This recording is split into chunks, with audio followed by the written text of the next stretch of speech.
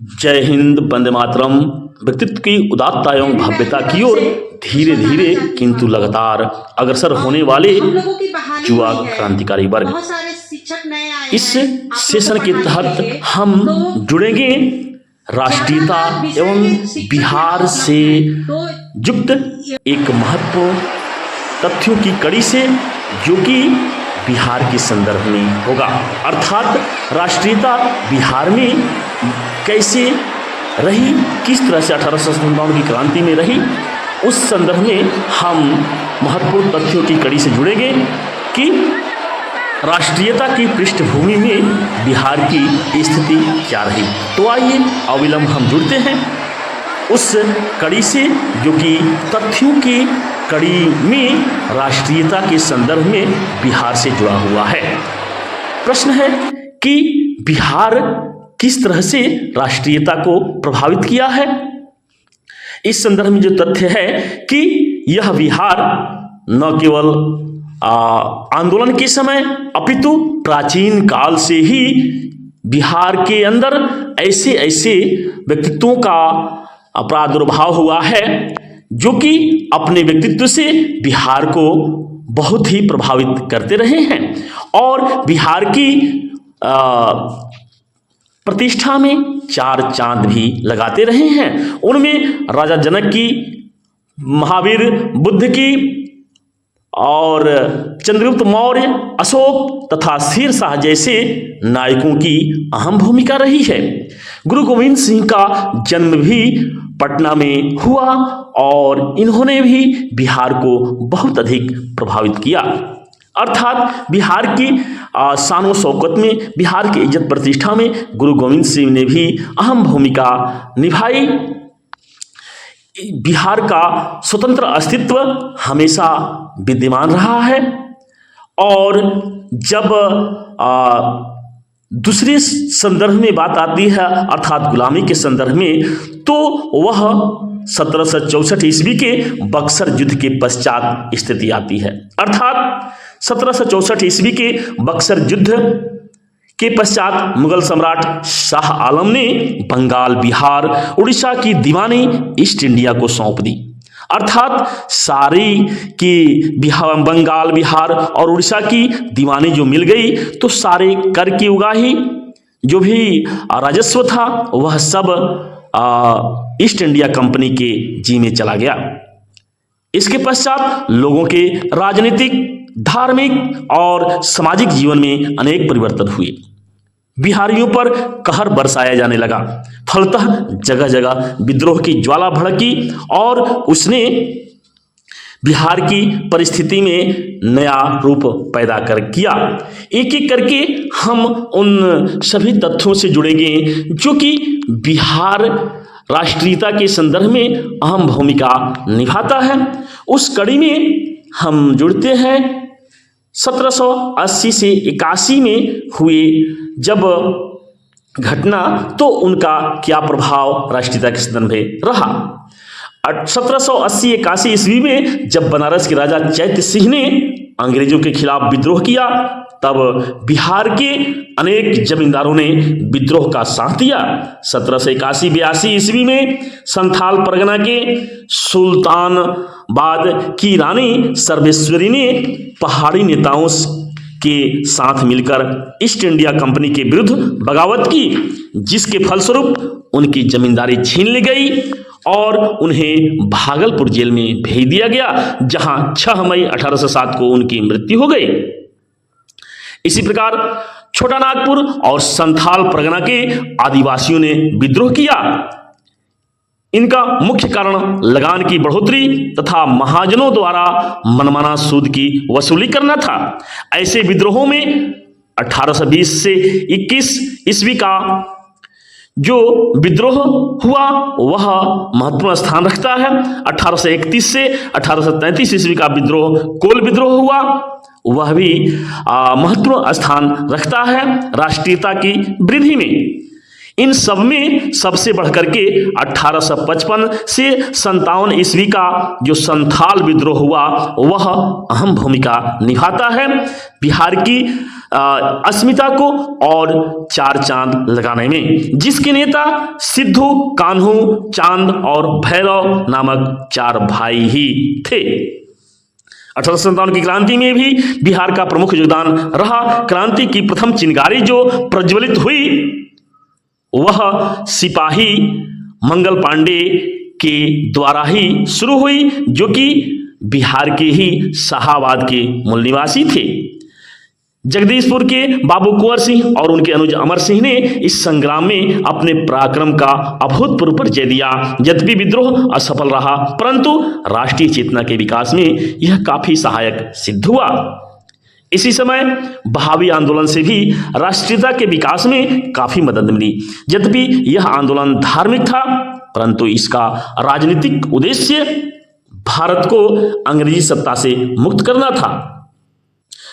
जब आंदोलन के नेताओं ने अंग्रेजों द्वारा शासित क्षेत्र को मुक्त करने के लिए कुछ विद्रोह किया, तो इसकी कई छिटपुट घटनाएं सामने आई।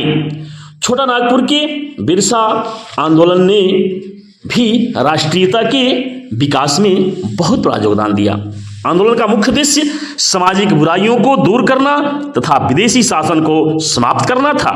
1815 ईस्वी में सरकार ने इस आंदोलन को दबा दिया तथा बिरसा मुंडा और उनके अनुयायियों को 2-2 वर्ष के सश्रम कारावास की सजा दी। अंग्रेजी शिक्षा के प्रचार प्रसार के द्वारा भी राष्ट्रीय भावना को बल मिला। ब्रह्म समाज, आर्य समाज और शाहाबाद के मुंशी प्यारेलाल के समाज सुधार आंदोलन ने बिहारियों में एक वैचारिक क्रांति पैदा की। इस प्रकार ब्रह्म समाज तथा आर्य समाज ने बिहार में भी एक वैचारिक क्रांति उत्पन्न कर दिया, जिसका महत्व समय के साथ साथ निरंतर बढ़ता गया। ब्रह्म समाज के संस्थापक राजा राम मोहन राय मुस्लिम धर्म ग्रंथों का अध्ययन करने पटना आए थे, परंतु बिहार में ब्रह्म समाज का जोरदार प्रसार 1868 ईस्वी से शुरू हुआ, जब केशव चंद्र सेन मुंगेर आए।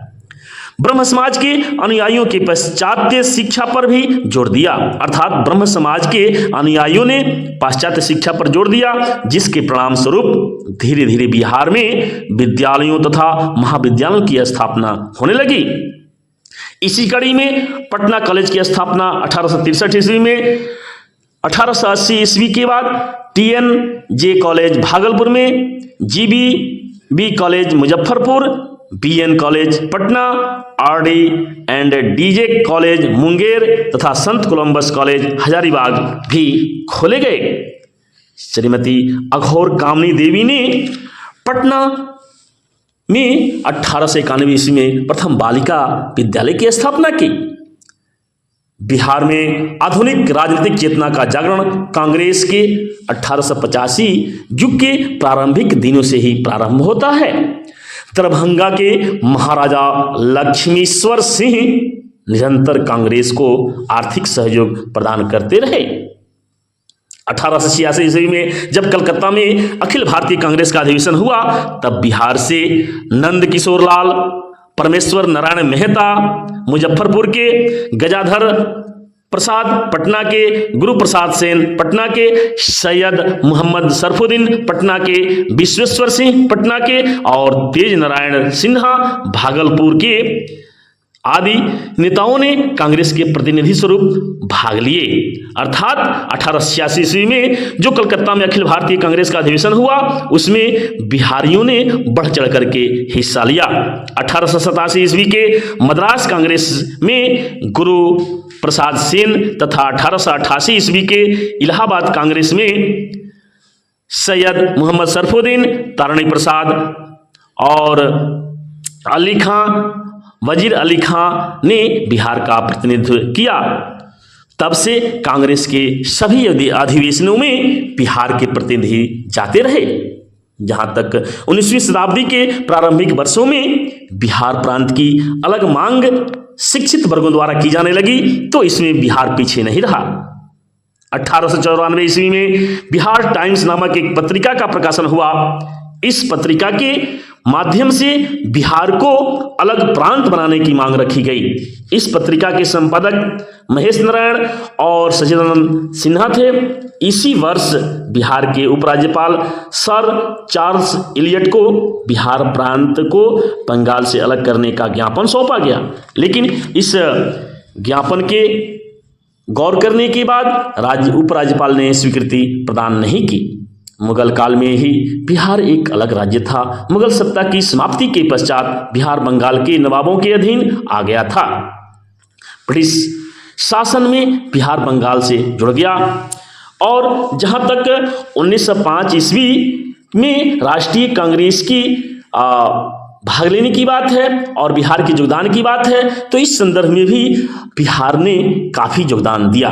बिहार के बुद्धिजीवी बिहार को बंगाल से अलग करना चाहते थे। इस कारण बिहार को अलग प्रांत का जोर पकड़ता जा रहा था। इसी मांग में शिक्षित मुस्लिम एवं कायस्थ ने काफ़ी योगदान दिया। कुछ वर्षों के पश्चात 1905 ईस्वी में बंगाल विभाजन का फैसला लॉर्ड कर्जन ने किया। बंगाल को 2 भागों में करने के पीछे प्रशासनिक सुविधा बताया गया, लेकिन वास्तविक उद्देश्य बंगाल में जोर पकड़ रहे राष्ट्रीय आंदोलन को कुचलना था और इस प्रांत को सांप्रदायिकता के आधार पर हिंदू क्षेत्र एवं मुस्लिम क्षेत्र में बांटना था। इस निर्णय को लोगों ने जमकर विरोध किया और 1905 ईस्वी में राष्ट्रीय कांग्रेस की एक केंद्रीय समिति का गठन किया गया।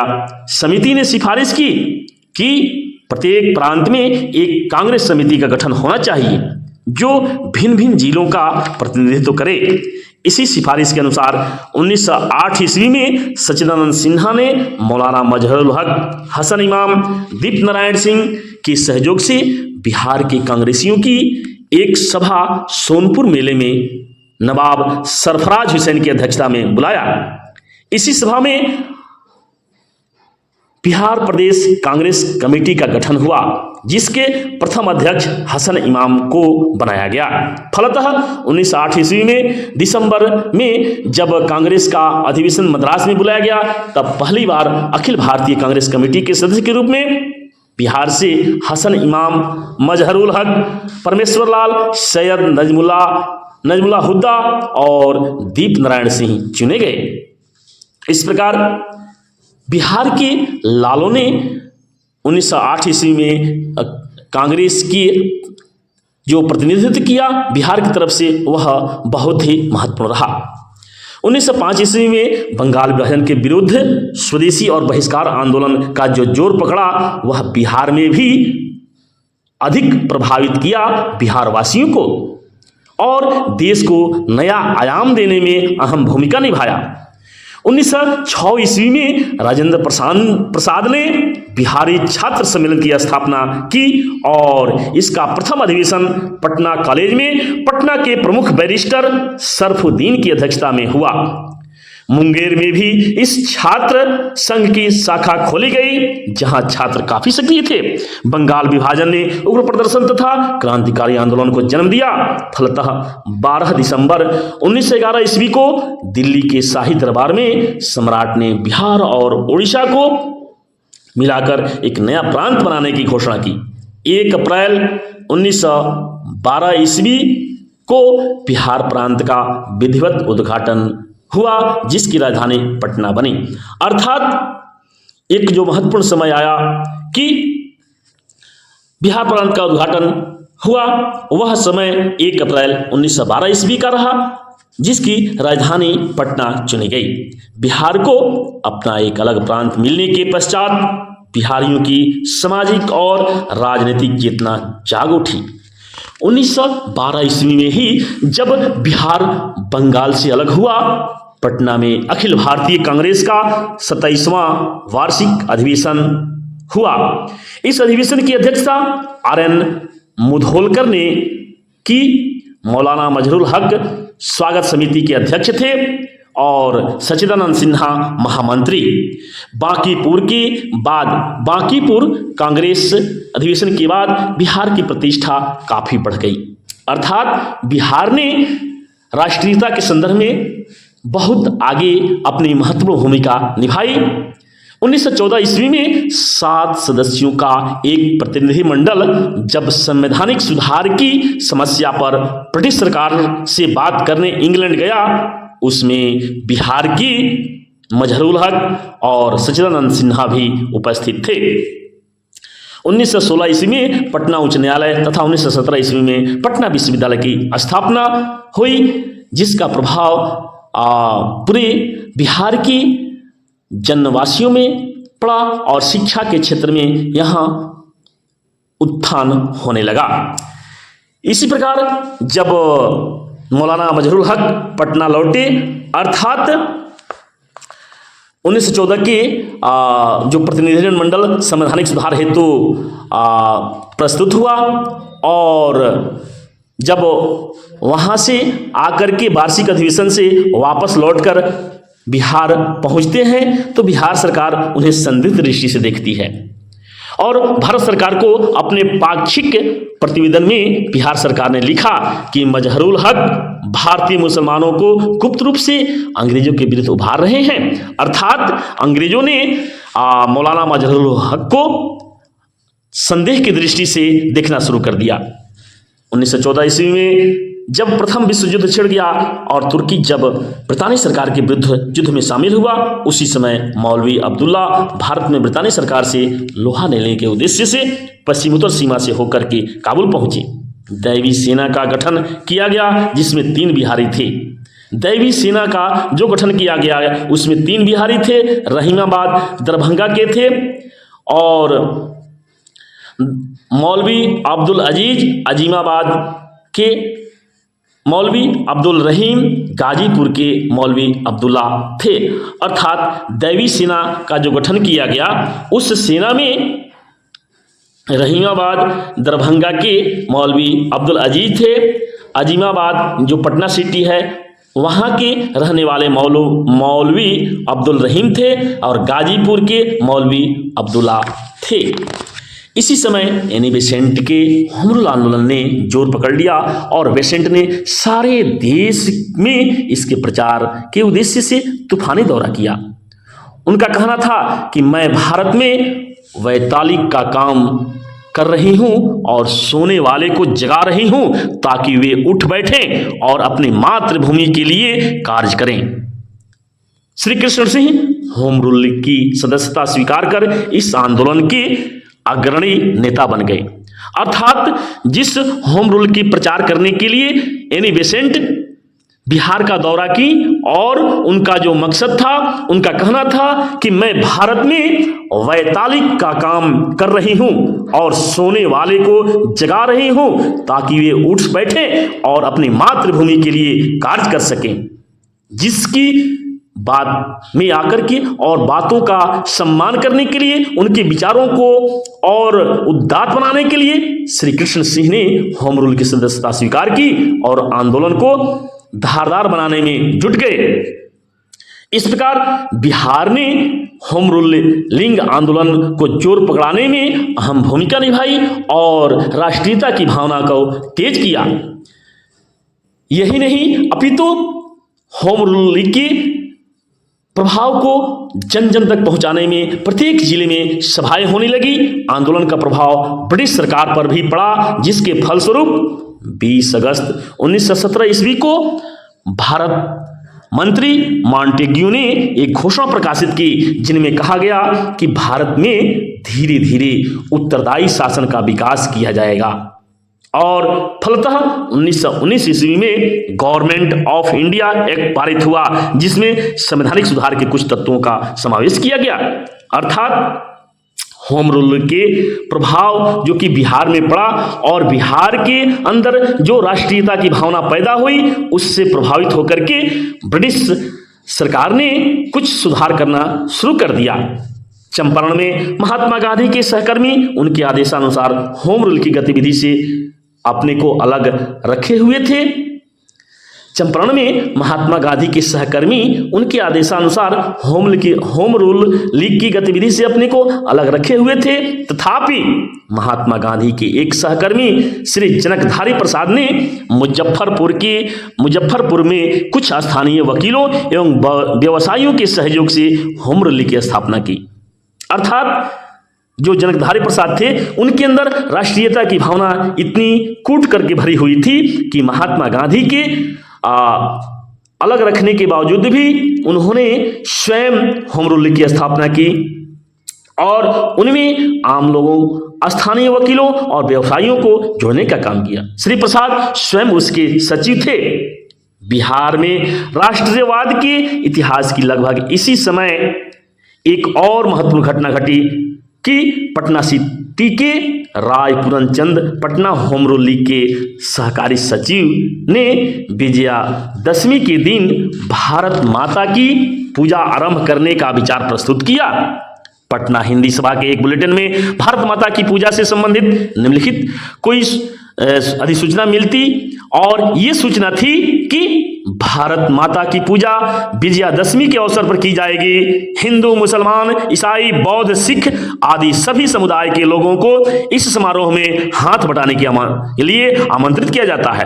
अर्थात जो एक महत्वपूर्ण घटना भारत माता की पूजा करने की बात आई और इस विचार को एक नया रूप देने के लिए पटना सिटी के ही रायपुरनचंद जी थे, वे पटना होम रूल की जो सहकारी सचिव थे, उन्होंने एक नया कदम उठाया और विजयादशमी के दिन भारत माता की पूजा शुरू करना उन्होंने राष्ट्रीयता के हित में समझा।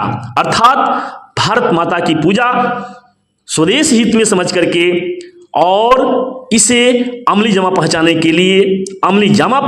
के लिए इन्होंने जो सूचना दी, सभी को जगाने का प्रयास किया कि भारत माता की पूजा विजयादशमी के अवसर पर की जाएगी।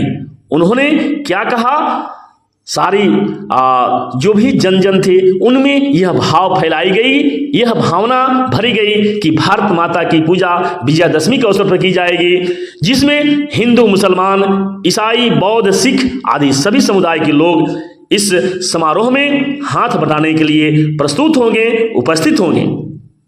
कहना न होगा कि बिहार के क्रांतिकारी बंगाली क्रांतिकारियों की तरह सक्रिय तो नहीं थे, फिर भी उन्होंने बंगालियों का अनुसरण करने की पूरी कोशिश की। उन्होंने महसूस किया कि देश की आज़ादी बिना त्याग के प्राप्त नहीं होगी, इसलिए अंग्रेजों को भारत से खदेड़ने के लिए जीवन का उत्सर्ग करने के लिए वे तैयार हो गए। चंपारण जिले को छोड़कर बिहार में सर्वत्र होम रूल लीग का प्रचार प्रसार हुआ, क्योंकि उस समय महात्मा गांधी वहां के रैयतों को नीलों के अत्याचार से मुक्ति दिलाने में लगे हुए थे। वे भी राष्ट्रीयता की बात को और आगे बढ़ाने में लगे हुए थे।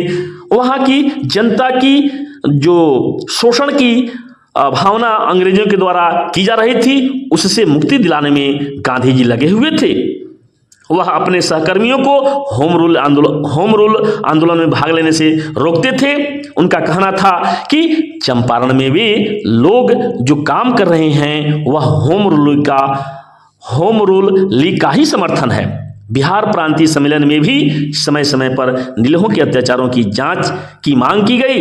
10 अप्रैल 1914 ईस्वी को ब्रजकिशोर प्रसाद ने बिहारी प्रांतीय सम्मेलन में अध्यक्षीय पद से भाषण देते हुए यह मांग की कि चंपारण के अत्याचारों की जांच के लिए एक समिति बने, जिसमें सरकारी तथा गैर सरकारी दोनों तरह के लोग शामिल हों।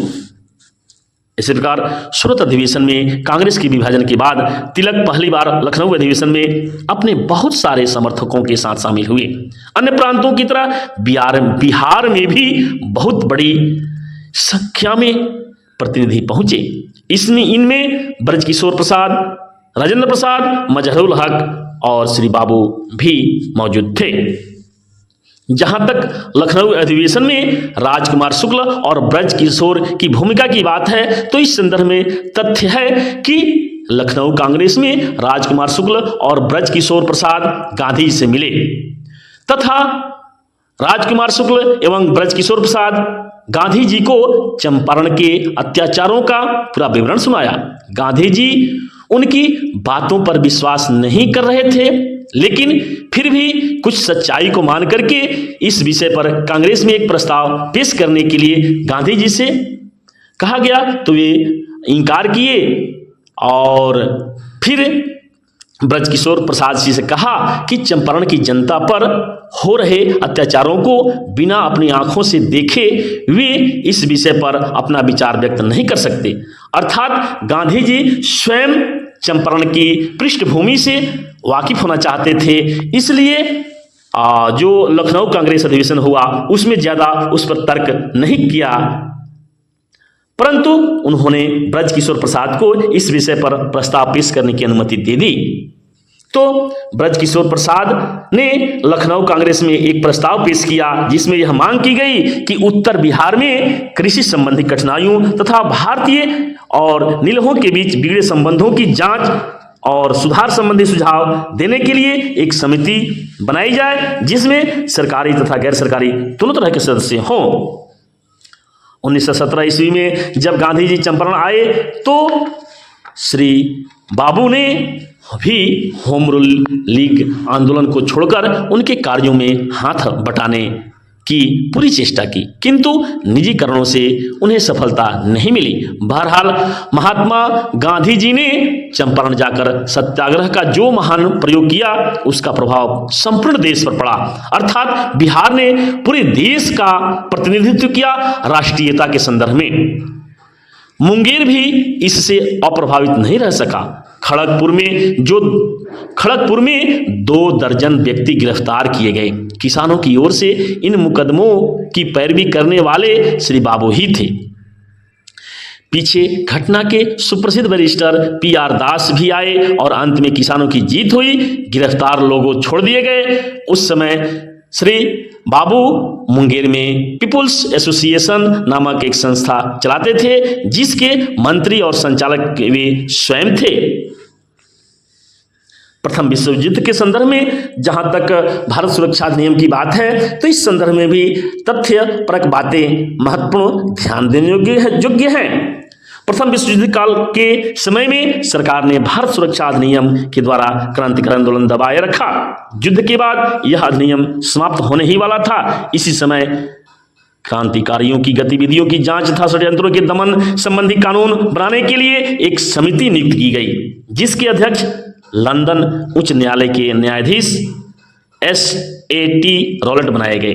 1918 ईस्वी के अंत में रॉलेट कमेटी ने अपनी रिपोर्ट प्रकाशित की जिसके अनुसार 17 मार्च 1919 ईस्वी को रॉलेट एक्ट पारित किया गया। इसके द्वारा सरकार को राजनीतिक आंदोलन तथा राज्य के विरुद्ध किसी अन्य कार्य का दमन करने का अधिकार प्राप्त हो गया।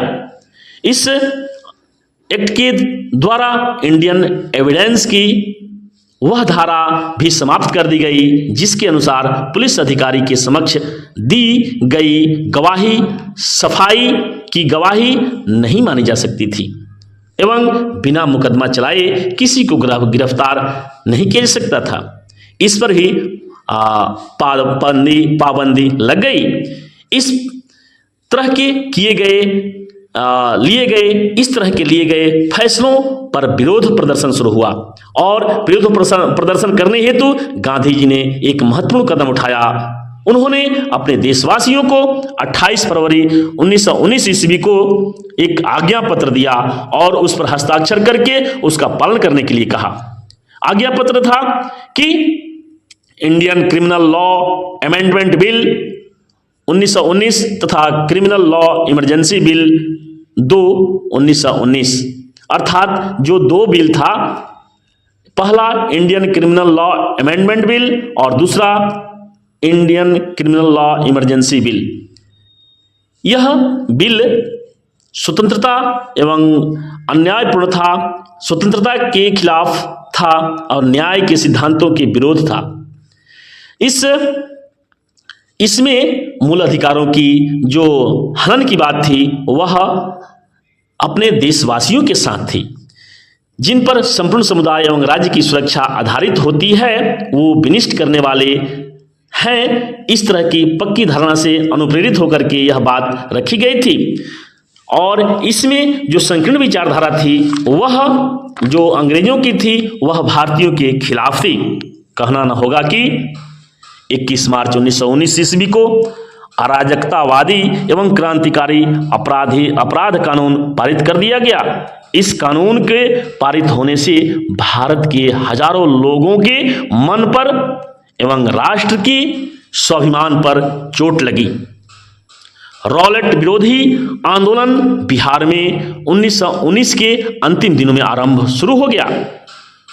मार्च में पटना, गया, मुंगेर, मुजफ्फरपुर, छपरा एवं भागलपुर में विरोध प्रदर्शन शुरू हो गए।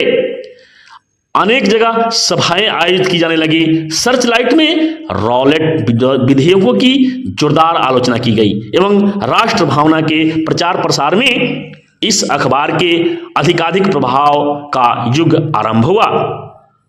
सर्चलाइट ने अपनी महत्व को कायम रखा। 6 अप्रैल को हड़ताल करने की एवं विनम्रता तथा उपासना के दिन के रूप में उसे मनाने का निर्णय लिया गया।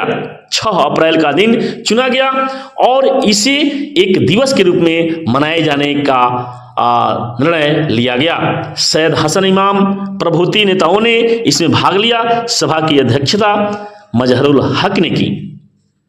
6 अप्रैल को जो कि महत्वपूर्ण एक दिवस माना गया, 6 अप्रैल, इस दिन में हड़ताल के क्रम में एक विशाल जुलूस हसन इमाम के नेतृत्व में निकाला गया। जुलूस में शामिल लोगों की संख्या का अनुमान 1 लाख तक लगाया गया था। सरकारी अनुमान 5 से 10 हजार था, लेकिन जो राष्ट्रीयता की भावना जिसमें भरी हुई थी उन लोगों की संख्या 1 लाख तक थी। सरकारी रिपोर्ट के अनुसार यह संख्या 75,000 थी। बिहार के अन्य शहरों जैसे मुंगेर, मुजफ्फरपुर, झरिया, गया इत्यादि स्थानों में भी पूर्ण हड़ताल तथा शांतिपूर्ण प्रदर्शन हुए। दिल्ली, पंजाब, अमृतसर, गुजरावाल इत्यादि स्थानों में सरकार का दमन चक्र तेज हो गया। पंजाब के लोकप्रिय नेता डॉक्टर किचलू एवं डॉक्टर सत्यपाल को गिरफ्तार कर पंजाब के बाहर भेज दिया गया। इन घटनाओं के विरुद्ध में 13 अप्रैल 1919 ईस्वी को अमृतसर के निवासी जब जालियांवाला बाग में शांतिपूर्वक सभा कर रहे थे, उसी समय जनरल डायर ने 100 भारतीयों और 50 गोरे सिपाहियों के साथ वहां पहुंचकर लोगों को बिना चेतावनी दिए ही गोली चलाने का आदेश दिया। और इस घटना में बहुत से हमारे जो क्रांतिकारी थे, बहुत से सहयोगी थे, वे मारे गए। इस दरमियान 1650 चक्र गोलियां चलाई गईं, जिनमें 370 आदमी मारे गए और 1137 आदमी घायल हुए। जालियांवाला बाग हत्याकांड की खबर बिहार में कुछ महीनों बाद मिली। जालियांवाला बाग की खबर बिहार में कुछ महीनों बाद मिली, जिसकी भर्त्सना 17-18 अगस्त 1919 ईस्वी को बिहार प्रदेश कांग्रेस की बैठक में की गई। इस संबंध में अन्नपूर्णा नारायण सिंह ने लिखा कि रॉलेट एक्ट आंदोलन को लेकर के जो हत्याकांड अमृतसर और लाहौर में हुआ तथा जालियांवाला बाग में जिस निर्दयता के साथ लोग मारे गए, उनकी खबरें उड़ती पहुंचने लगी थी, परंतु उनको विशेष जानकारी नहीं हो पाई थी। कई महीनों बाद जब विस्तृत समाचार लोगों को मिलने लगे और अखबारों तथा व्यवस्थापिका सभा में इस विषय पर वाद विवाद होने लगा, तब उसकी भयानकता का पता हम लोगों को मालूम होने लगा। अर्थात जो भी जालियांवाला बाग हत्याकांड हुआ, नरसंहार हुआ, उसकी भनक बिहार में बाद में लगी, लेकिन उसके बाद भी यह स्थिति जो बिहार में बनी वह राष्ट्रीयता को नया आयाम देने में अहम भूमिका निभाई। कहना न होगा कि प्रथम विश्व युद्ध की समाप्ति के बाद अंग्रेजों ने युद्ध काल में मुसलमानों को दिए गए अपने वायदों को भंग कर दिया। तुर्की का खलीफा इस्लामी जगत का धार्मिक नेता माना था, परंतु प्रथम विश्व युद्ध में वह जर्मनी का पक्ष लेकर ब्रिटेन के विरुद्ध शामिल हुआ।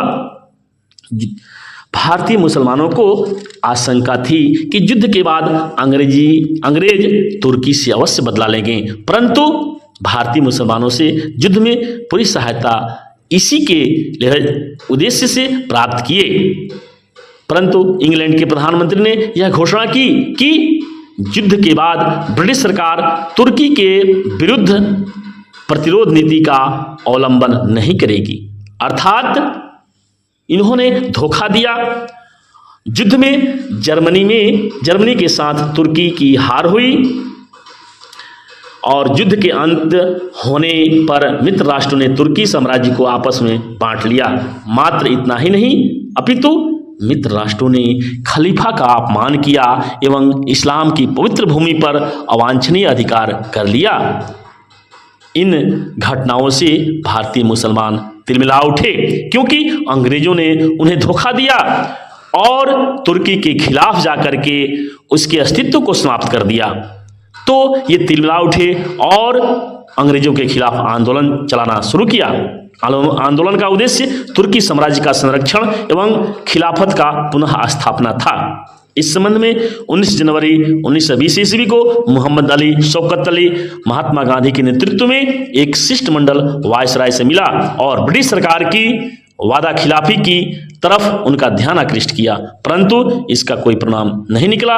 फरवरी 1920 ईस्वी में मोहम्मद अली के नेतृत्व में एक दूसरा शिष्टमंडल इंग्लैंड गया और तत्कालीन प्रधानमंत्री लॉर्ड जॉर्ज के सामने क्षोभ प्रदर्शित किया, परंतु निरर्थक साबित हुआ। मई 1920 ईस्वी में सिवर्स की संधि हुई। इस तरह से शर्तों का खुलासा होने के साथ यह निश्चित हो गया कि तुर्की का बंदरबाट होकर ही रहेगा, अर्थात किसी प्रकार की सहायता इन लोगों को नहीं मिली।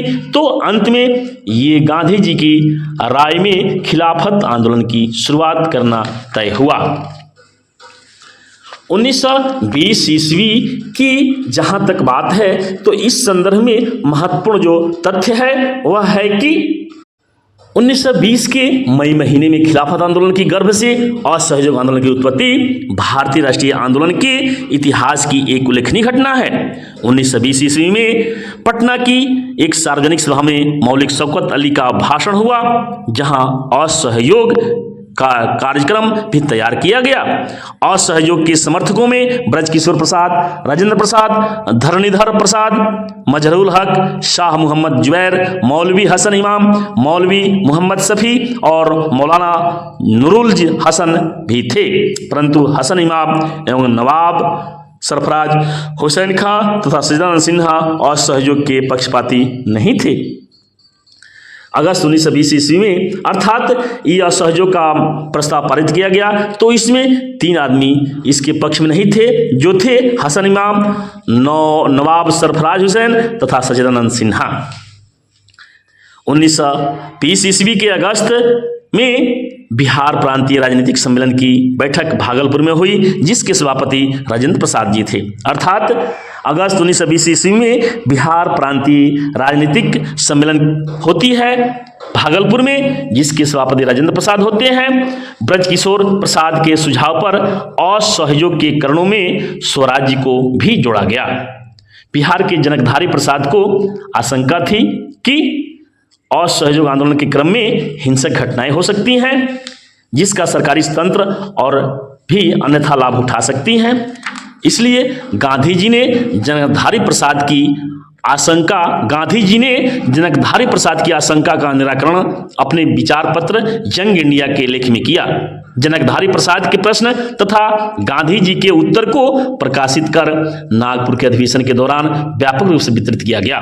नागपुर कांग्रेस ने असहयोग को पूर्ण रूप में स्वीकार किया, जिसमें भारतीयों ने मांग की थी कि सरकारी उपाधियों तथा अवैतनिक पदों का त्याग किया जाए, स्थानीय संस्थाओं के मनोनीत सदस्यों का त्याग पत्र सौंपा जाए, सरकारी दबाव और स्वागत समारोहों तथा सरकारी अधिकारियों के सम्मान में किए जाने वाले आयोजनों का बहिष्कार किया जाए, सरकार द्वारा चालित तथा सहायता प्राप्त शैक्षणिक संस्थानों का बहिष्कार किया जाए, सरकारी अदालतों का भी बहिष्कार किया जाए, पुनर्गठित परिषदों के चुनाव का बहिष्कार किया जाए, सैनिकों, लिपिकों तथा श्रमिकों को मेसोपोटामिया की नौकरी से मनाही किया जाए तथा विदेशी माल का बहिष्कार किया जाए। इस तरह से असहयोग आंदोलन के दौरान बिहार में जो ये निर्णय लिए गए बिहार के द्वारा वह बहुत ही प्रशंसनीय रहे और आगे स्वदेशी भावना का प्रचार प्रसार करने का भी समय आया। बिहार में ब्रजकिशोर प्रसाद, राजेंद्र प्रसाद, धरणीधर प्रसाद, मजहरूल हक, मौलवी मोहम्मद शफी तथा गोरख प्रसाद परिषद की उम्मीदवारी से हट गए।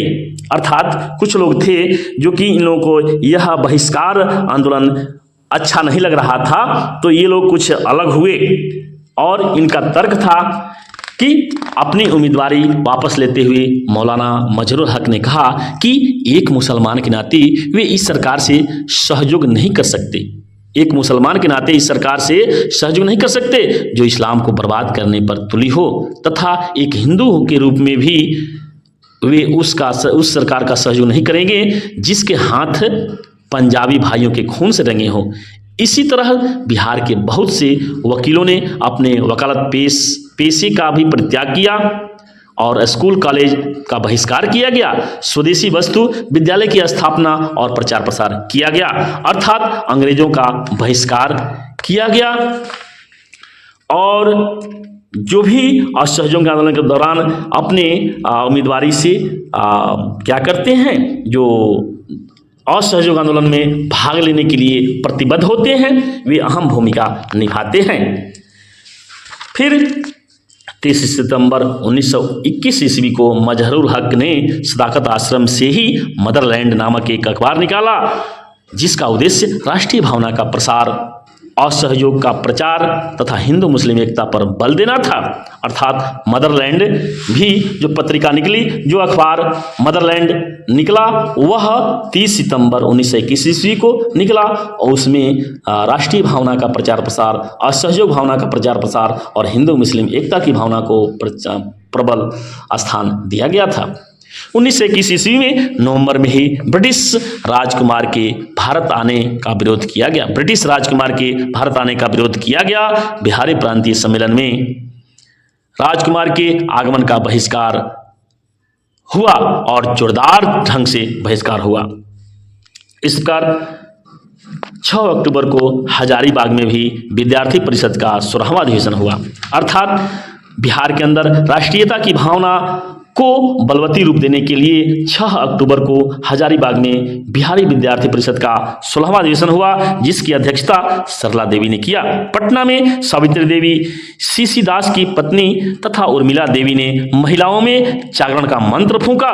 बिहार से मौलवी खुर्शीद हुसैन, जगत नारायण लाल, कृष्ण प्रकाश सेन, मौलवी मोहम्मद शफी, बिंदेश्वरी प्रसाद वर्मा, जनकधारी प्रसाद, लक्ष्मी नारायण, ध्वजा प्रसाद, ठाकुर रामानंद सिंह, मथुरा प्रसाद, मंजूर हुसैन, मौलवी बहू, शाह मोहम्मद जुबैर, श्री कृष्ण सिंह, धर्मनाथ सिंह, राम नारायण सिंह, ब्रजेंद्र दत्त, रामाशंकर, काजी हुसैन, माधव सिंह, भरत मिश्र आदि गिरफ्तार किए गए।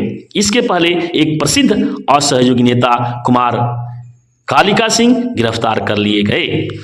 इस प्रकार बहुत से लोग इस असहयोग आंदोलन में गिरफ्तार किए गए। फिर भी लोगों को गांधी जी के नेतृत्व में पूरा विश्वास था। लोग समझने लगे थे कि 31 दिसंबर 1921 ईस्वी तक स्वराज्य अवश्य मिल जाएगा, परंतु 5 फरवरी 1922 ईस्वी को उत्तर प्रदेश के गोरखपुर जिले के चौरा चौरी नामक स्थान में जब लोगों ने उत्तेजित होकर के थानेदार तथा 21 सिपाहियों को जिंदा जला दिया, तब गांधी जी ने असहयोग आंदोलन को तत्काल स्थगित करने का आदेश दिया। इसी बीच खिलाफत आंदोलन भी समाप्त हो गया, क्योंकि तुर्की का शासन मुस्तफा कमाल पाशा के हाथों में आने से तुर्की में खिलाफत का अंत कर लोकतंत्र की स्थापना हुई। इस प्रकार जो 5 फरवरी 1922 ईस्वी को चौरी चौरा कांड हुआ, वह गांधी जी को बहुत दुखित किया और उसके प्रभाव स्वरूप उन्होंने असहयोग आंदोलन को वापस ले लिया। कहना न होगा कि इसी समय 1 मई 1923 ईस्वी को नागपुर में प्रसिद्ध झंडा सत्याग्रह हुआ। राजेंद्र प्रसाद ने बिहार के अनेक स्वयंसेवकों को वहां भेजा तथा स्वयं भी कई बार वहां गए। बिहार के सत्याग्रहियों में हरदेव सिंह की मृत्यु जेल में ही हो गई। 1927 ईस्वी में मॉन्टेग्यू चेम्सफोर्ड सुधार के कार्यों की जांच के लिए ब्रिटिश सरकार ने एक आयोग नियुक्त किया जो कि 1928 ईस्वी के प्रारंभ में भारत पहुंचा। इस आयोग के सभापति सर जॉन साइमन थे। आयोग के आगमन संबंधी घोषणा के प्रकाशित होते ही सारे देश में असंतोष की ज्वाला प्रज्वलित हो उठी। अली इमाम, सच्चिदानंद सिन्हा तथा नवाब इस्माइल खां ने 16 नवंबर 1927 ईस्वी को सरकार को एक ज्ञापन सौंपा जिसमें आयोग का विरोध करते हुए यह भावना व्यक्त गई कि इस आयोग में हिंदुस्तानियों को जानबूझकर के सम्मिलित नहीं किया गया है। इस ज्ञापन में यह भी लिखा गया था कि अंग्रेज तथा भारतीय राजनीतिज्ञ समान अधिकार के साथ नहीं रहेंगे। तब तक देश के लोग इस आयोग के साथ थोड़ा भी सहयोग नहीं करेंगे। अर्थात जो साइमन का आगमन हुआ उसका प्रबल विरोध शुरू हुआ। पटना में 12 दिसंबर को आयोग के आने का दिन तय था। लाला लाजपत राय पर लाठी प्रहार तथा 17 नवंबर को उसके फलस्वरूप उनकी मृत्यु ने बिहार के लोगों में काफी रोष पैदा कर दिया और साइमन वापस जाओ तथा लाला जी की मृत्यु का बदला लेंगे इत्यादि नारों से बिहार में काफी जन सैलाब सड़क पर आने लगा और पटना के युवक सम्मेलन में मोहम्मद आलम ने खतरा मोल लो का नारा भी दे दिया जिसकी हजारों प्रतियां छपवाकर दीवारों पर चिपकाई गई थी। अली इमाम के सभापतित्व में एक सर्वदलीय सम्मेलन हुआ जहां आयोग का बहिष्कार संबंधी एक प्रस्ताव पारित हुआ और फिर आगे भी इसे बहिष्कार करने के लिए रणनीति बनाए जाने लगी। अनुग्रह नारायण सिंह सभापति तथा सच्चिदानंद सिन्हा स्वागत समिति के अध्यक्ष थे जो समिति बनाई गई थी और लाला लाजपत राय, जवाहरलाल नेहरू तथा गोविंद बल्लभ पंत पर दागे गए पुलिस के जुल्म से आम जनता तो काफी उत्तेजित थे ही, उसका बदला लेने के लिए भी यह पूरी तरह से तत्पर थी। कहना न होगा कि साइमन कमीशन के साथ साथ एक हिंदुस्तानी समिति भी थी जिसे सरकार ने देश की भीषण परिस्थिति को देखते हुए बनाया था। बिहार में दोनों समितियों का बहिष्कार हुआ। उठो जवानों सवेरा हुआ, साइमन भगाने का बेरा हुआ। उठो जवानों सवेरा हुआ, साइमन भगाने का बेरा हुआ। इस नारे से सारा वायुमंडल गूंज उठा था। प्रदर्शन का नेतृत्व राजेंद्र प्रसाद, ब्रजकिशोर प्रसाद, अनुग्रह नारायण सिंह, राम दयालु सिंह और श्री कृष्ण सिंह आदि नेताओं ने किया। करीब 30,000 लोगों ने प्रदर्शन में भाग लिया। बहरहाल कांग्रेस द्वारा असहयोग आंदोलन बंद कर देने से प्रत्यक्ष रूप से 4 परिणाम सामने आए। 4 परिणामों में ब्रिटिश साम्राज्यवादियों का नग्न आक्रमण तेज हो गया। देश भर में सांप्रदायिक दंगे की बाढ़ आ गई। कांग्रेस के अंदर एक नई पार्टी स्वराज पार्टी का जन्म हुआ और राष्ट्रवादी क्रांतिकारी आंदोलन ने फिर जोर पकड़ लिया। इसकी परिणति सविनय अवज्ञा आंदोलन की थी। अर्थात ये 4 परिणाम हुए। 4 जो परिणाम हुए कि ब्रिटिश साम्राज्यवादियों का नग्न आक्रमण तेज हो गया, देश भर में सांप्रदायिक दंगे की बाढ़ आ गई, कांग्रेस के अंदर एक नई पार्टी स्वराज पार्टी का जन्म हुआ तथा राष्ट्रवादी क्रांतिकारी आंदोलन ने फिर जोर पकड़ा। तो इस 4 जो परिणाम की गोद में सविनय अवज्ञा आंदोलन की शुरुआत हुई। महात्मा गांधी ने सविनय अवज्ञा के रूप में दूसरा बड़ा जन आंदोलन का सूत्रपात किया जिसका प्रारंभ नमक सत्याग्रह से हुआ। सविनय अवज्ञा आंदोलन का प्रस्ताव दिसंबर 1929 ईस्वी के लाहौर अधिवेशन में पारित किया गया जिसके सभापति जवाहरलाल नेहरू थे। लाहौर अधिवेशन में पूर्ण स्वतंत्रता का प्रस्ताव पारित हुआ। लाहौर कांग्रेस के प्रस्ताव के अनुसार संपूर्ण भारत में 26 जनवरी 1930 ईस्वी को स्वाधीनता दिवस मनाया गया। अर्थात यह जो लाहौर का अधिवेशन रहा उसके प्रभाव स्वरूप 26 जनवरी 1930 ईस्वी को पूरे देश में स्वतंत्रता दिवस मनाया गया। बिहार में भी बहुत शानदार तरीके से स्वाधीनता दिवस मनाया गया। जगह जगह राष्ट्रीय ध्वज फहराए गए तथा विद्यार्थियों ने बड़े ही उत्साह के साथ इसमें भाग लिया। 15 फरवरी 1930 ईस्वी को अहमदाबाद की एक सभा में कांग्रेस कार्य समिति ने महात्मा गांधी को यह अधिकार दिया कि वे जब उचित समझे सविनय अवज्ञा आंदोलन प्रारंभ करें। यह उनके ऊपर निर्भर करता है।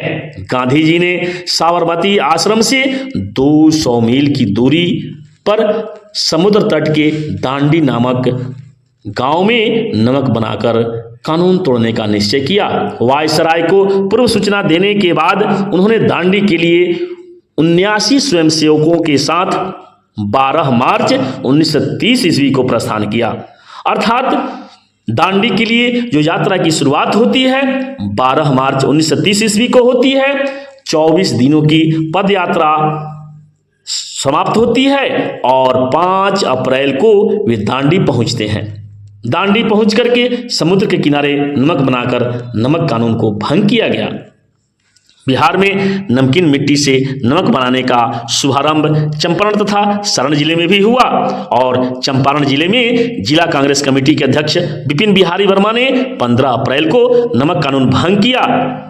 मुजफ्फरपुर के सत्याग्रहियों को आचार्य कृपलानी ने अपने हाथ से तिलक लगाते हुए कहा कि दांडी यात्रा के लिए प्रस्थान करते समय मैंने इन्हीं हाथों से उस बूढ़े महात्मा गांधी को टीका लगाया है। आज मैं उन्हीं हाथों से तुम लोगों को टीका लगाता हूं और तुम लोगों को इस महान कार्य में योग देने के लिए, योगदान देने के लिए इस समय विदा कर रहा हूं। पटना जिले में नमक आंदोलन का नेतृत्व जगत नारायण लाल, दरभंगा में सत्यनारायण सिंह तथा मुंगेर में श्री कृष्ण सिंह एवं नंद कुमार सिंह ने किया। शाहाबाद जिले में सर्वप्रथम सरदार हरिहर सिंह के गांव चौगाई में नमक बनाया गया और इसके पश्चात संपूर्ण बिहार में जगह जगह नमक बनाने के केंद्र खुले तथा सत्याग्रहियों ने नमक बनाकर नमक कानून भंग किया। साथ ही सरकार के दमन चक्र भी तीव्र हुए। सत्याग्रहियों को पीटा गया और गिरफ्तार कर जेल डाला गया। 1930 ईस्वी के आंदोलन में बिहार से 13,000 सत्याग्रही जेल गए। कहना न होगा कि बिहार में राष्ट्रीयता की भावना इतनी उग्र हो गई कि आंदोलन जब शुरू हुआ तो उसमें 13,000 सत्याग्रही केवल बिहार से जेल गए। 5 मार्च 1931 ईस्वी को गांधी इरविन समझौता हुआ। अर्थात इस आंदोलन के समय जो आंदोलन शुरू हुआ नमक सत्याग्रह आंदोलन, उसकी प्रभाव स्वरूप संधि हुई और जो कांग्रेस के साथ और अंग्रेजों के साथ जो संधि हुई वह 5 मार्च 1931 ईस्वी को हुआ। इसके पूर्व सरकार ने कांग्रेस कार्यकारिणी पर प्रतिबंध हटा लिया।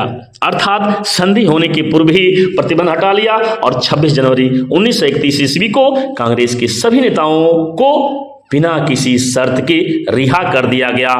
गांधी इरविन समझौते के अनुसार नमक के संबंध में गरीबों को बहुत सी सुविधाएं मिल गईं, क्योंकि सरकार ने यह माना कि वह समुद्र तट से एक खासी दूरी में रहने वाले लोगों को बिना कर के ही नमक बनाने देगी।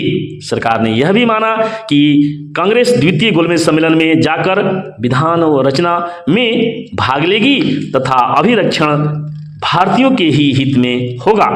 31 मार्च 1931 को कराची अधिवेशन ने भी गांधी इरविन समझौते का समर्थन किया।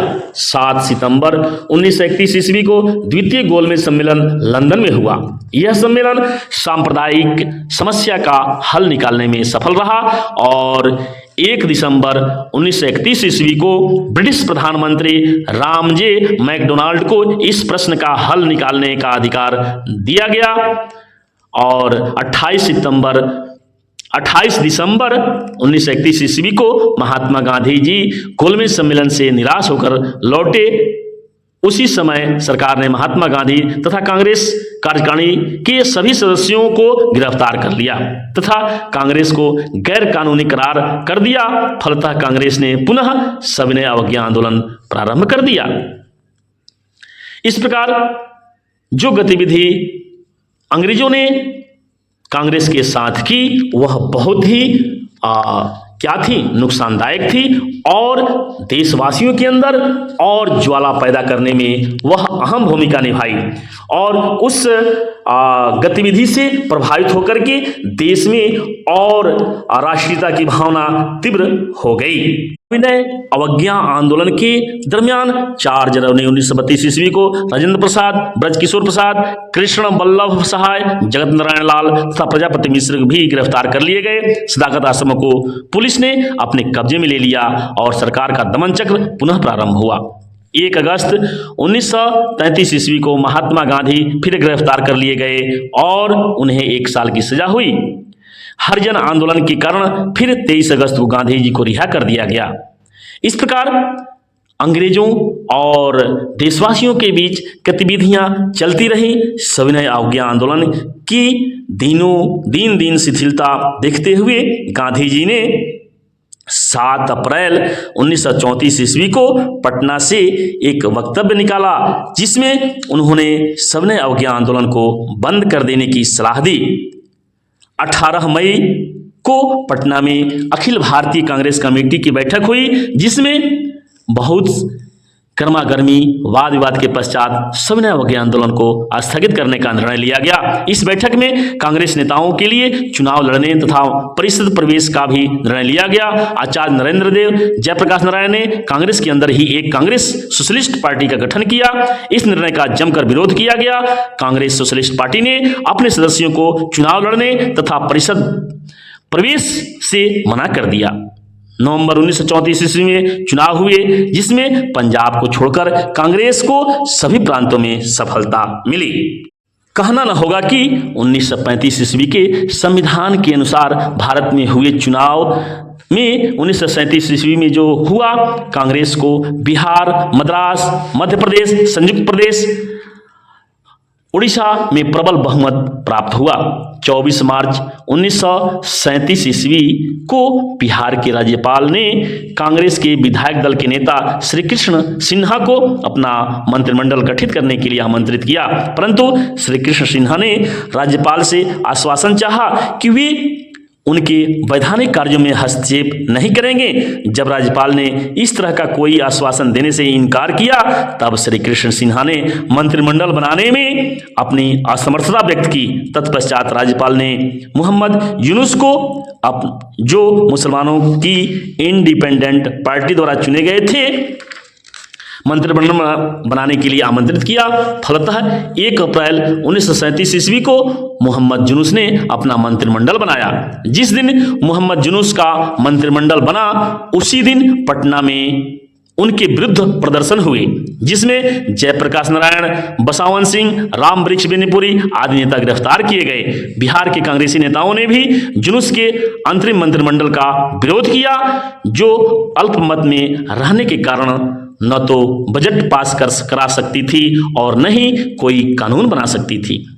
21 जून 1937 ईस्वी को वायसराय ने अपने एक वक्तव्य में बतलाया कि कांग्रेस की यह आशंका निर्मूल है कि राज्यपाल मंत्रिमंडल की नीति तथा दैनिक प्रशासन में हस्तक्षेप करेंगे। मंत्रियों के कार्य क्षेत्र में राज्यपाल साधारणतया मंत्रियों के परामर्श से ही काम करेंगे और उन मामलों में वे संसद के प्रति नहीं बल्कि विधानसभाओं के प्रति उत्तरदायी रहेंगे। वायसराय के इन स्पष्टीकरण के बाद श्री कृष्ण सिन्हा ने अपना मंत्रिमंडल बनाया। अर्थात पहले जो राज्यपाल थे वे श्री कृष्ण सिन्हा के भावनाओं का कदर नहीं किए, लेकिन बाद में इनकी भावनाओं को जब कदर किया गया तब जो है सो श्री कृष्ण सिन्हा ने मंत्रिमंडल बनाया। सितंबर 1939 ईस्वी में द्वितीय विश्व युद्ध छिड़ने पर 31 अक्टूबर 1939 ईस्वी को श्री बाबू ने कांग्रेस के निर्देशानुसार अपने मंत्रिमंडल की ओर से पुनः त्याग पत्र इस प्रस्ताव से सत्य खेद प्रकट करते हुए दे दिया कि ब्रितानी सरकार ने भारत को बिना उसकी जनता की राय लिए ही जर्मनी और ब्रिटेन के युद्ध में सहभागी बना दिया है। इसके अलावे भारतीय जनमत के विरुद्ध प्रांतीय सरकारों के अधिकार तथा कार्रवाइयों को परिसीमित करने वाले विधान तथा अधिनियम लागू कर दिए गए। कांग्रेस मंत्रिमंडल के इस्तीफे पर इस युद्ध में संकट काल में भी ब्रितानी सरकार ने जनता को विजय प्राप्त करना चाहती थी, अर्थात ब्रिटानी सरकार जनता की सहायता से उसमें विजय प्राप्त करना चाहती थी। महात्मा गांधी के सुझाव पर अगस्त 1940 ईस्वी में वर्धा में अखिल भारतीय कांग्रेस कार्य समिति की बैठक हुई, जिसमें गांधी जी के व्यक्तिगत सत्याग्रह के कार्यक्रम को स्वीकार किया गया। 17 अगस्त 1940 ईस्वी को व्यक्तिगत सत्याग्रह आंदोलन की शुरुआत हुई। बिहार में सर्वप्रथम सत्याग्रही श्री बाबू बनाए गए। द्वितीय विश्व युद्ध में जापान की लगातार बढ़ती शक्ति ने मित्र राष्ट्रों को भयभीत कर दिया, इसलिए ब्रिटिश सरकार ने भारत संबंधी अपनी नीति में परिवर्तन करने का निश्चय किया। 11 मार्च 1942 ईस्वी को ब्रिटिश संसद में प्रधानमंत्री चर्चिल ने घोषणा की कि वह जापानी खतरे से भारत की रक्षा के लिए सभी वर्गों को संगठित करना चाहते हैं। युद्ध समाप्त होने पर भारत को पूर्ण औपनिवेशिक स्वराज्य दे दिया जाएगा और भारतीय नेताओं से बातचीत करने के लिए मंत्रिमंडल के एक सदस्य शीघ्र ही भारत जाएंगे। इस घोषणा के फलस्वरूप 22 मार्च 1942 ईस्वी को स्टैनफोर्ड क्रिप्स भारत आए। उन्होंने भारत के वायसराय, केंद्रीय कार्यकारिणी समिति के सदस्यों तथा भारतीय नेताओं से बातचीत कर एक प्रस्ताव उपस्थित किया, जिसे क्रिप्स प्रस्ताव कहा गया। परंतु क्रिप्स प्रस्ताव से भारतीय नेताओं को संतुष्टि नहीं मिली, अर्थात क्रिप्स प्रस्ताव में जो भी सुझाव दिए गए थे उससे भारतीय संतुष्ट नहीं थे। फिर 14 जुलाई 1942 ईस्वी को वर्धा में कांग्रेस कार्यकारिणी समिति की बैठक हुई, जिसमें भारत से ब्रिटिश शासन का शीघ्र अंत करने का निर्णय लिया गया। वर्धा में हुई इस अधिवेशन में ब्रिटिश शासन को जल्द से जल्द खत्म करने का निर्णय लिया गया और जो भी प्रस्ताव पारित किए गए उन पर विचार करने के लिए अखिल भारतीय कांग्रेस का अधिवेशन बंबई में बुलाया गया, जहां 8 अगस्त 1942 ईस्वी को भारत छोड़ो प्रस्ताव पारित किया गया। अर्थात बंबई के अधिवेशन में 8 अगस्त 1942 ईस्वी को भारत छोड़ो प्रस्ताव पारित किया गया। भारत छोड़ो आंदोलन में बिहार का योगदान सर्वोपरि रहा। 31 जुलाई 1942 ईस्वी को राजेंद्र प्रसाद ने बिहार प्रदेश कांग्रेस समिति की एक विशेष बैठक बुलाकर कांग्रेस कार्यकर्ताओं को आंदोलन के लिए तैयार रहने को कहा। उसी समय अंजुमन इस्लामिया हॉल में एक आम सभा आयोजित की गई, जिसमें विद्यार्थियों से यह अपील की गई कि वे कांग्रेस के क्रांतिकारी कार्यक्रम का अनुसरण करें। श्री बाबू, अनुग्रह राय बाबू, सत्यनारायण सिंह, जगलाल चौधरी तथा जगत नारायण के भाषण हुए और सबने जो है सो जितने भी युवा वर्ग थे उन्हें इस आंदोलन में भाग लेने के लिए पुरजोर आग्रह किया। 8 अगस्त 1942 ईस्वी को राजेंद्र प्रसाद भी गिरफ्तार कर लिए गए। उनकी गिरफ्तारी से बिहार में आंदोलन का रूप और उग्र हो गया और सारे सूबे में भारत छोड़ो, राजेंद्र प्रसाद हमारे नेता हैं, कांग्रेस जिंदाबाद के गगनभेदी नारे लगाए जाने लगे। 10 अगस्त को ही पटना के विद्यार्थियों ने विधानसभा भवन पर झंडा फहराने का निश्चय किया और 11 अगस्त को सुबह की घटना में पटना सचिवालय में 7 विद्यार्थी शहीद हुए। अर्थात इस झंडारोहण समारोह में, जो कि 10 अगस्त को विद्यार्थियों ने विधानसभा भवन पर झंडा फहराने का निश्चय लिया और 11 अगस्त को जब अपने क्रिया को अंजाम दे रहे थे, उसी समय झंडा फहराने के क्रम में 7 विद्यार्थी शहीद हुए, जहां पर शहीद स्मारक बना हुआ है। आंदोलन के क्रम में पूरे बिहार में रेल की पटरियां उखाड़ी गई, तार और टेलीफोन की लाइन काटी गई, डाकघरों तथा रेलवे स्टेशनों, थानों और अन्य सरकारी इमारतों को जलाया गया, पुलिस पर हमले बोले गए। इस आंदोलन को दबाने के लिए सरकार ने भी अपना दमन चक्र चलाया और इस दिशा में गोली चलाना, सामूहिक जुर्माना, महिलाओं को अपमानित करना आदि जैसी गतिविधियों को अंजाम दिया जाने लगा। अगस्त क्रांति के सिलसिले में बिहारी फौज द्वारा 262 तथा पुलिस द्वारा 140 व्यक्ति मारे गए। आंदोलन में भाग लेने के लिए 9 नवंबर 1942 ईस्वी को जयप्रकाश नारायण, जोगेंद्र शुक्ला, सूरज नारायण सिंह, गुलाब चंद्र गुप्त, रामानंद मिश्र, शालिग्राम सिंह हजारीबाग केंद्रीय कारागार से भाग निकले। उनको गुरिल्ला युद्ध में प्रशिक्षित करने के लिए जयप्रकाश नारायण ने नेपाल में एक आजाद दस्ता का संगठन किया, जिसकी शाखाएं पूरे बिहार में खोली गईं। 1943 ईस्वी में मार्च अप्रैल में नेपाल के राजविलास जंगल में आजाद दस्ता का पहले प्रशिक्षण शिविर का गठन हुआ, जिसमें बिहार के 25 युवकों को आग्नेयास्त्र चलाने की शिक्षा दी गई और आजाद दस्ता के निर्देशक सरदार नित्यानंद सिंह थे।